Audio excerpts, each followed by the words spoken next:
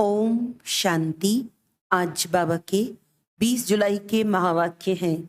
बाबा ने कहा, मीठे बच्चे, शिव बाबा का चित्र एक कोठरी में रख दो, घड़ी घड़ी जाकर उसके सामने बैठ बातें करो तो सारा दिन याद बनी रहेगी। प्रश्न है, नया और अनोखा प्यार कौन सा है जिसकी अनुभूति केवल संगम पर ही होती है? उत्तर है, विचित्र बाप के साथ प्यार करना। यह है नया प्यार। तुम जानते हो, निराकार विचित्र बाबा इस साकार में आया हुआ है। हम उनके सामने बैठे हैं। हमें संगम पर डायरेक्ट ईश्वर का प्यार मिलता है। यह है नया और अनोखा प्यार। सारा कल्प देहधारियों से प्यार किया, अब विदेही बाप से प्यार करना है। ऐसा प्यार संगम पर ही होता है। गीत है, कौन आया मेरे मन के द्वारे। ओम शांति।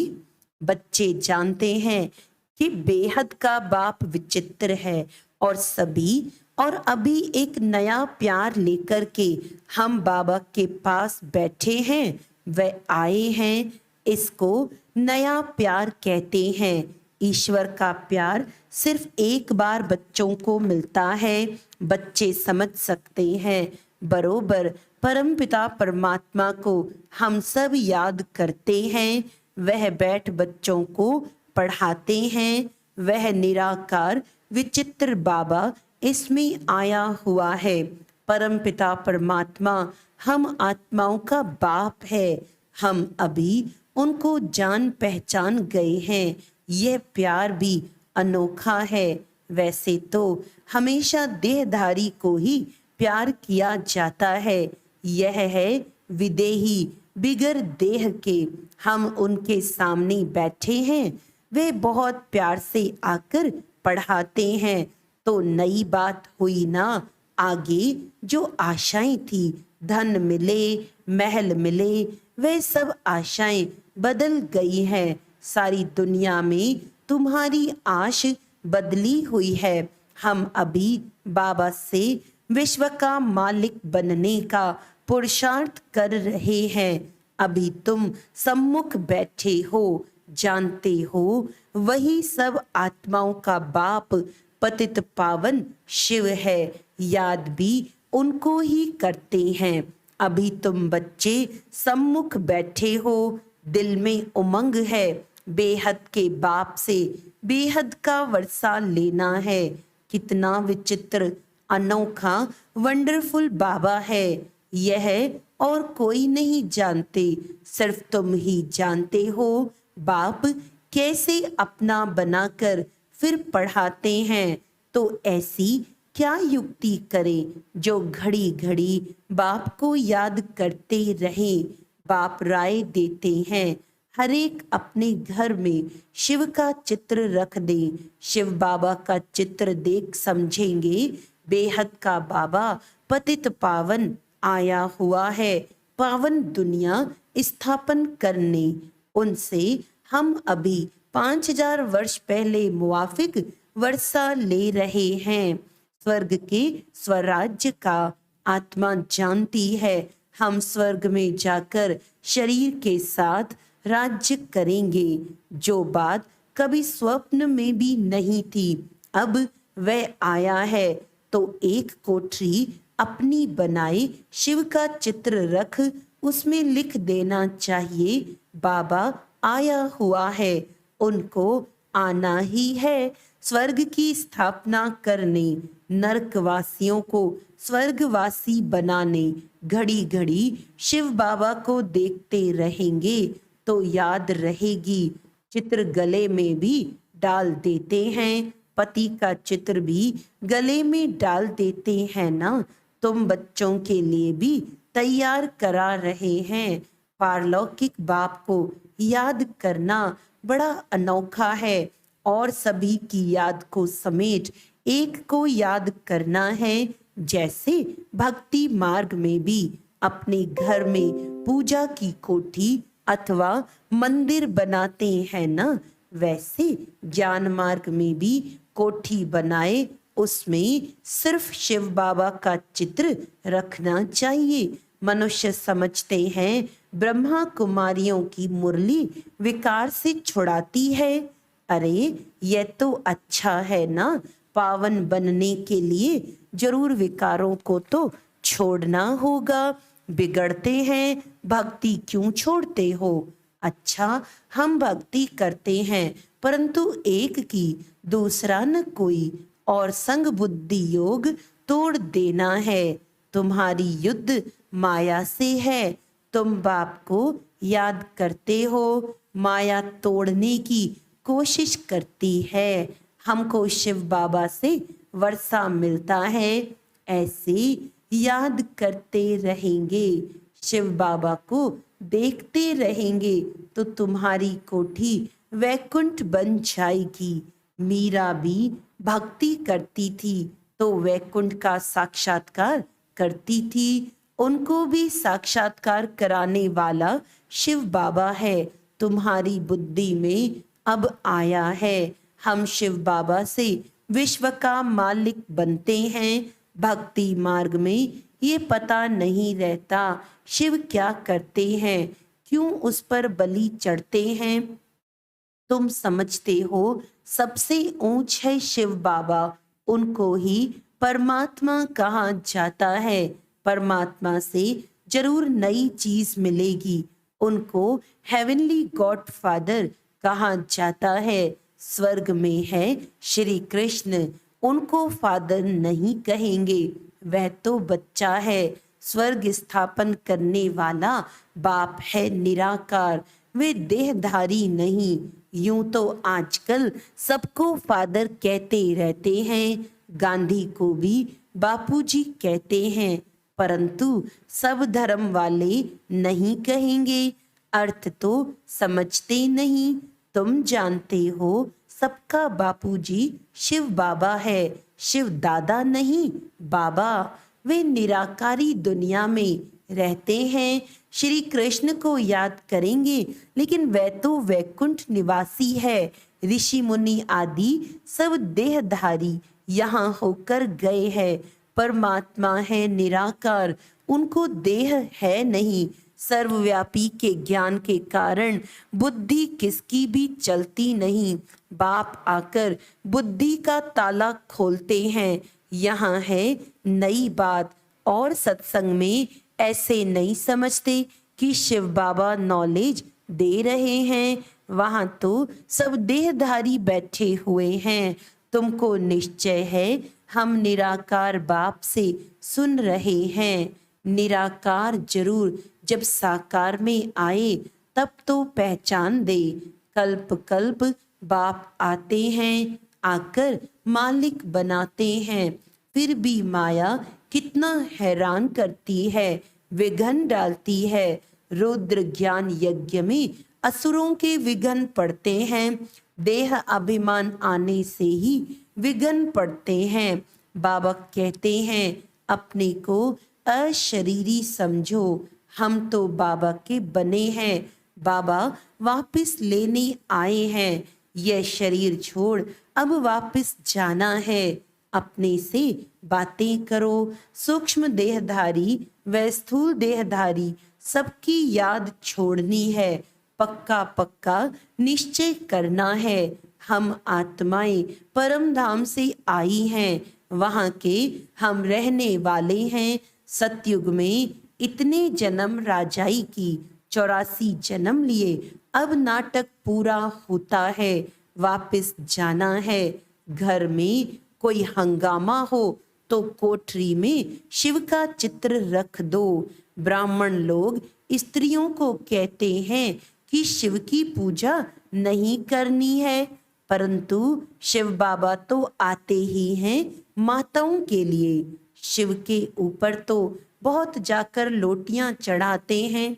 पुजारी लोग खुश होते हैं क्योंकि माताएं सबसे जास्ती पैसे रखती हैं। भक्ति की सच्ची भावना अबलाओं माताओं में रहती है। पुरुष तो जैसे खग्गे हैं, घड़ी घड़ी बाहर निकल जाते हैं, बुद्धि योग बहुत भटकता है, पत्नी का पति तरफ बहुत मोह जाता है। तुम बच्चे समझते हो ये दुखधाम है। अब सुखधाम स्थापन करने वाला बाबा आया हुआ है, युक्तियां रचनी हैं। हम बाबा को कैसे याद करें? उनको इन आंखों से नहीं देखा जाता। यह आत्मा कहती है हमारा शिव बाबा बाप है। शिव का चित्र देखने से बड़ी खुशी होगी। तुम बच्चों का योग भी अव्यभिचारी चाहिए। शिव का चित्र रख घड़ी घड़ी याद करते रहो।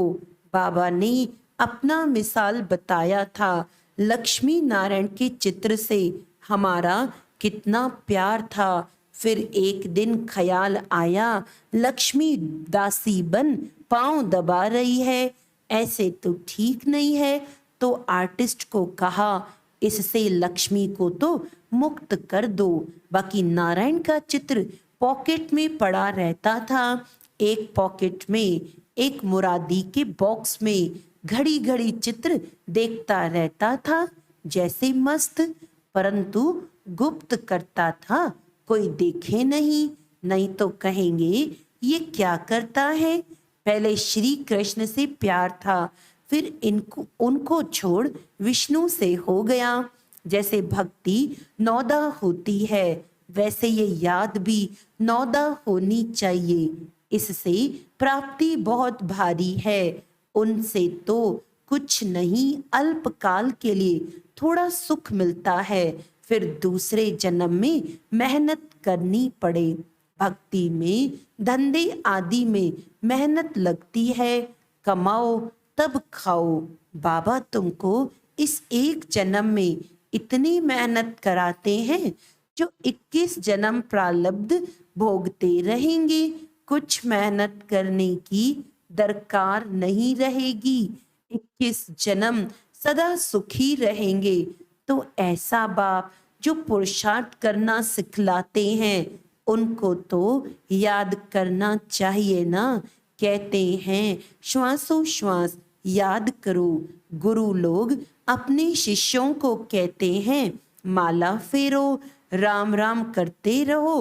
बस राम राम जपते जपते रोमांच खड़े हो जाते हैं। राम राम की मस्ती में झूलते हैं, जैसे कि राम की पुरी में पहुंच गए हैं।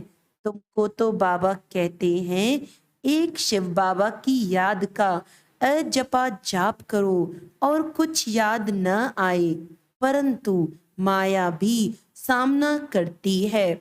भक्ति मार्ग में थोड़े ही माया सामना करती है।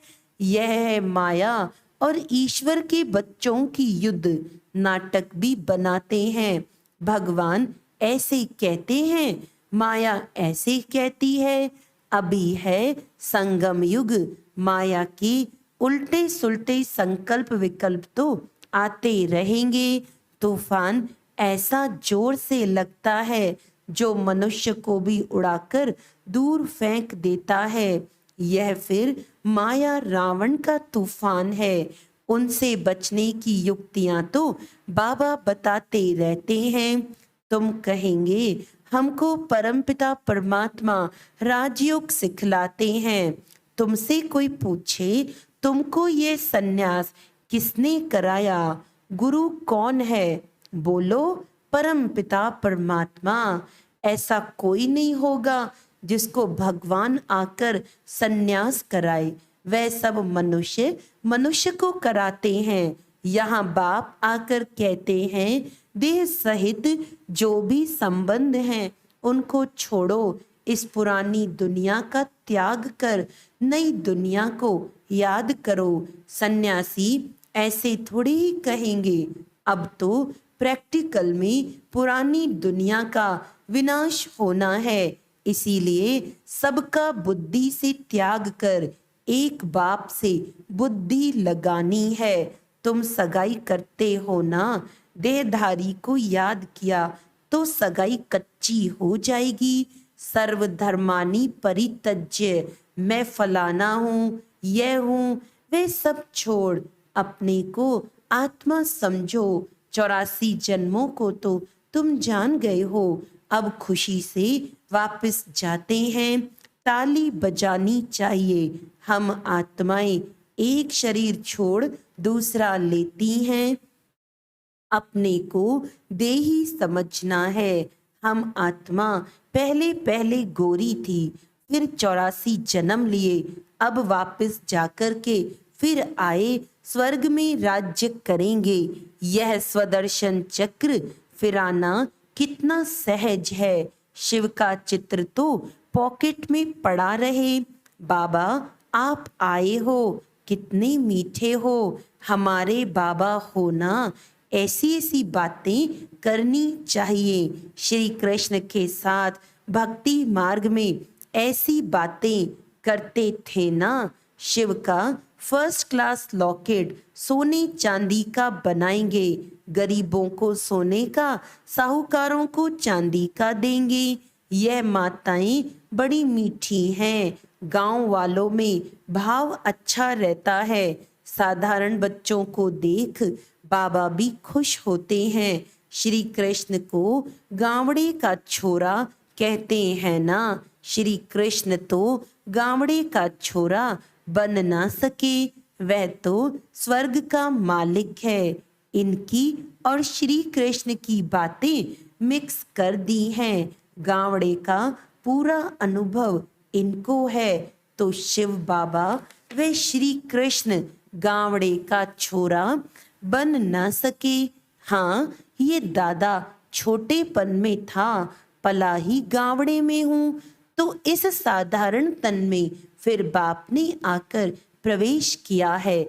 बाबा ने मुख्य बात समझाई है कि सारा मदार है याद पर। याद कभी भूलनी नहीं चाहिए। लौकिक बच्चा थोड़े ही कभी कहेगा मैं बाप को भूल जाता हूँ। सजनी कभी साजन को भूल जाती है क्या? इम्पॉसिबल है। यह है तुम बच्चों के लिए मेहनत। निरंतर याद के अभ्यास से ही विकर्म विनाश होंगे, नहीं तो फिर सजा खानी पड़ेगी। विजय माला में आ नहीं सकेंगे। कमाल है बाप की, जो बूढ़ियों, गरीबों, गणिकाओं, अहिल्याओं, उपजाओं आदि को आकर अपना बनाते हैं। यूं तो कोई चित्र की दरकार नहीं है, परंतु माया भुला देती है, इसीलिए चित्र रखा जाता है। बुद्धि में रहना चाहिए। हम जाते हैं बाबा के पास, रास्ता देख लिया है मुक्ति, जीवन मुक्ति का, और कोई पंडा होता ही नहीं है। इनको इंद्रप्रस्थ भी कहते हैं। कोई पतित आकर छिप करके बैठेगा तो पत्थर बुद्धि बन जाएगा। बाबा तो अंतर्यामी है ना।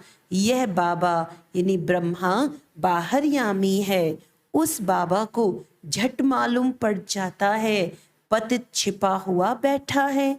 तो जिसने ऐसे पतित को लाया, उनको और जो पतित आकर बैठा होगा, उन दोनों को सजा मिलेगी।